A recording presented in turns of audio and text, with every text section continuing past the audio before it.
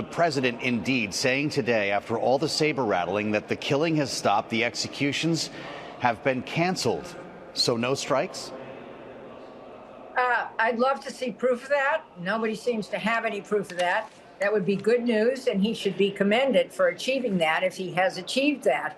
I doubt it. I don't see why Iran would want to give some edge to these protesters who are being incited by our president and others, the son of the late Shah as well. So it makes no sense to me that this would stop, and I don't see a deal with Iran, and I certainly don't see a deal with a nuclear deal with Iran.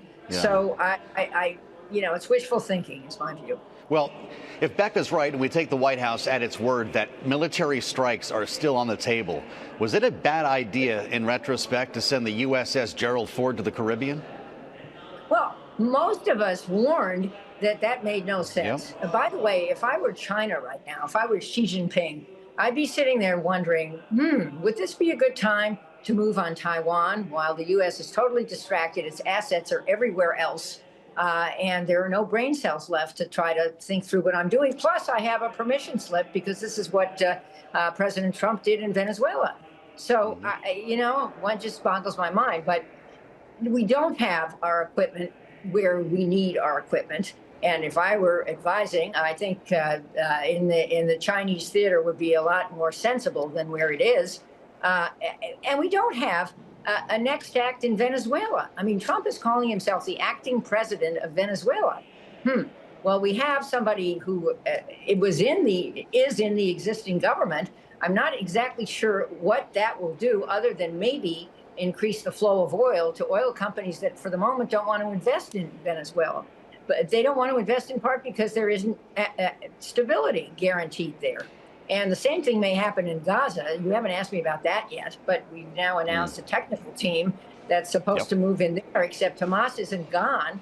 And I don't see where the stability will come from there. I'm hoping that all this makes sense and that we do have follow-on acts. But to me, I find it baffling. And I think if President Trump is watching his poll numbers, that his attention needs to be elsewhere right now. So you just did bring up Gaza. What do you think then would be the best approach for President Trump to take there? Well, I think announcing a technical team where he is somehow the president of this team and reaching for some foreign leaders like Keith Starmer. I had thought Tony Blair was going to be part of this, but okay, the UK Prime Minister, fine, the current one. But Palestinian technocrats is a good idea. I haven't heard that the Palestinian Authority has agreed to this. Also haven't heard that Hamas is out of Gaza. Hamas is still governing Gaza, and the Israelis have not been able to remove totally Hamas. And if I were Hamas, I wouldn't want to be removed. To where? And if I were 2 million people still living in Gaza, I would wonder what will happen to me. So I don't really see that this is a plan. Again, I think it's a wish. Wouldn't it be nice to have peace in Gaza? Wouldn't it be nice, according to me and our former doctrine, to have a Palestinian state living side by side in peace with Israel, with responsible governance on both sides?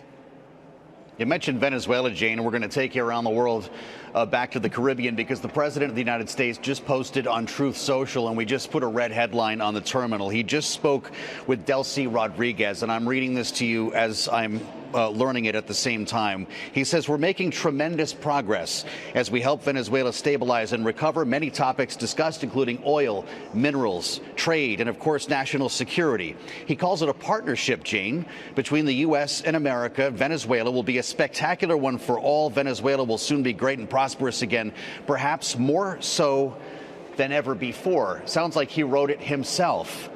Should we then assume that Delcy Rodriguez is running Venezuela and not President Trump? I think we should assume that she is cooperating with President Trump, is in the political party that has not been elected to run Venezuela. That political party and that election was discounted by Maduro. And so he was unlawfully serving as head of Venezuela. And we don't have any details, and we don't have any proof that oil companies, best I can read, think it is safe to invest in Venezuela at the moment. And the numbers that are kicking around are just numbers. Venezuela, apparently, according to one report, gets to decide how much oil reserves it has. There's no independent verification of whether it actually has those reserves. So, and there's no increased freedom for Venezuelan people that I can see yet.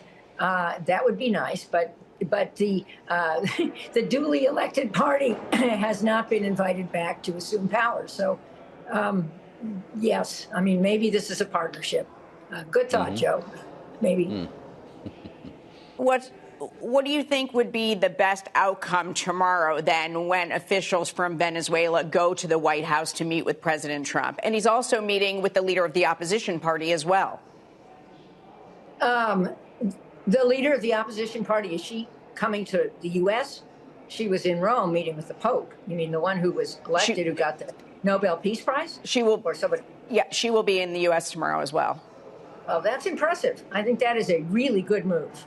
And she is, by all lights that I can tell, an extremely responsible person who got the award from not just the Nobel Peace Prize, but the award from Freedom House, where, full disclosure, I serve on the board. And I think it would be good for him to get her perspective on this thing. And I think those are good moves. Talk is good. Military action without a day after plan is not good. Jane, you've spent a career in national security and intelligence. Is this the most dangerous moment we've been in geopolitically since Donald Trump has been back in the White House? Yeah, you think? Yeah, I think this is a hugely dangerous moment. If I had to think about what threat is out there that no one is paying much attention to, I think we did it for a few hours, but not now. What about ISIS? ISIS is attacking in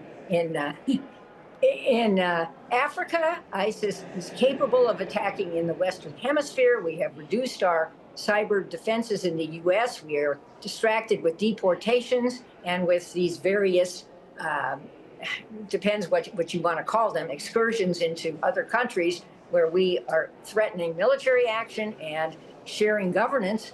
And I worry a lot that we are ripe for another 9/11. A quarter of our population wasn't born on 9/11. It was a generation ago.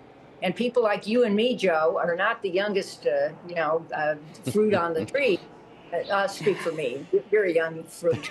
But in any event, that was not meant in any other way than just to be funny. But what I'm saying is, we're ripe for another 9/11, and it could be more catastrophic. And our attention is elsewhere, as it was 25 years ago.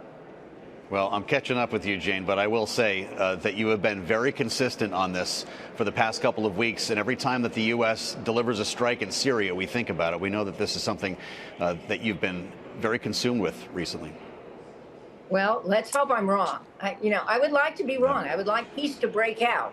I would like Trump to earn a Nobel Peace Prize for achieving peace in all of these hotspots in the world. But they're not so peaceful yet. And it's you asked me, is this the most dangerous time in recent memory? My answer is absolutely yes.